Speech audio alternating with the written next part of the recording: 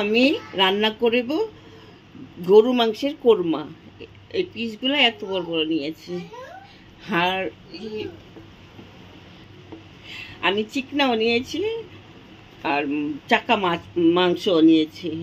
এখন আমি আদা বাটা রসুন বাটা দিব 2 চামচ।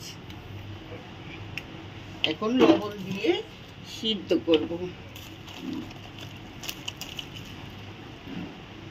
লবণ দিয়ে সিদ্ধ করে আমি হাই হিটে বসে থাকবো। আমি আজকে ভালো করে জাল দিয়ে রেখে দিচ্ছি, বাকিটুকু কালকে দেখাবো। আমি 2 দিন মাংসটাকে ভালো করে ঝাল করে 2 বেলা জাল করেছি। মাংসটা ঝুরা ঝুরা হয়ে গেছে। এখন আমি বাগার দেব। অনেকটা ঝুরা হয়ে গেছে, সব ইস্যু ঝুরা গেছে। এখন বাগার দেব। আমি এখন তেল দিব, অল্পই তেল দেব।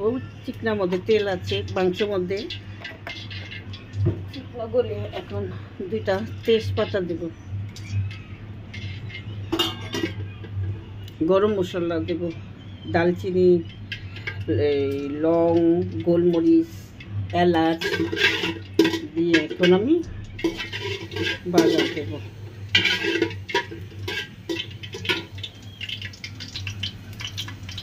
এখন পেঁয়াজ দিব।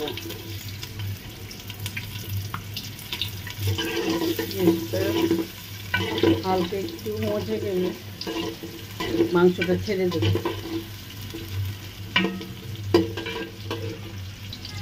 1 টেবিল চামচ আদা রসুন বাটা একসাথেই বাটছি। শীত টেমে দিয়েছি না, আবার এখন বাগারের সময় আদা রসুন বাটা দিয়েছি।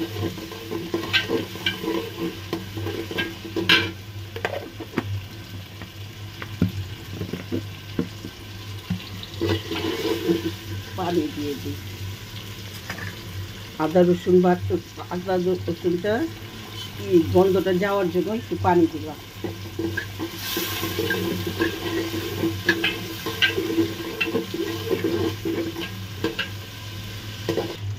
এখন মাংসটা ছেড়ে দেব।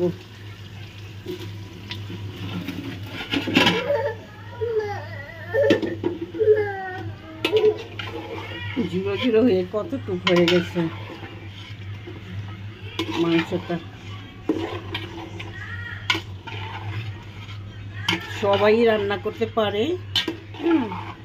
আমাকে একজন কমেন্ট করেছে ঝুরা মাংসটা দেখাতে, এই জন্য আমি কোরমা ঝুরা মাংস আমি দেখাইলাম।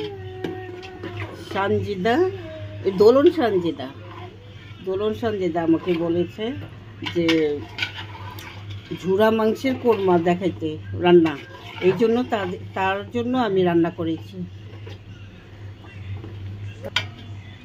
রান্নাটা কেমন হলো সানজিদা তুমি বলে দিও।